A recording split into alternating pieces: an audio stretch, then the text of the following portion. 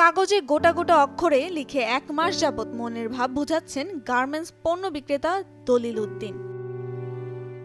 ৫ August ছাত্র জনতার আন্দোলনে অংশ নিয়ে ঢাকা বিমানবন্দর এলাকায় গুলিবিদ্ধ হন তিনি। গুলিটি তার ডান কানের নিচে ভেদ করে দাঁত ও মাড়ি বিধ্বস্ত করে বাম চোয়ালে আটকে যায়। গুলি বের করে সেখানে রাবারের ক্যাপ পরানো হয়েছে। প্রচণ্ড ব্যথায় আপাতত কথা বলতে পারছেন না দলিল।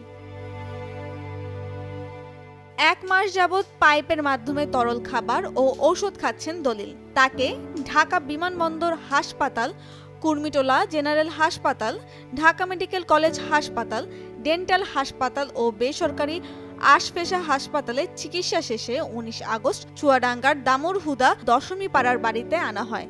কথা বলতে পারছে না, 2 দাঁত ও রাবার দিয়ে আটকানো, প্লাস মুখের ভেতরে অনেক ব্যথা, যার জন্য কথা বলতে পারছে না। পাইপ দিয়ে খাওয়া লাগছে। তো আমাদের যেখানে অলরেডি 3 লক্ষ টাকা খরচ হয়ে গেছে, এই একটা বছর আমরা কিভাবে চালাবো আমরা জানি না। এই মুহূর্তে আমাদের আসলে সহযোগিতা দরকার। দলিলের নিয়মিত চিকিৎসার জন্য যথেষ্ট আর্থিক সক্ষমতা নেই তার পরিবারের। বয়ে যেতে হচ্ছে এক অনিশ্চয়তার ভার।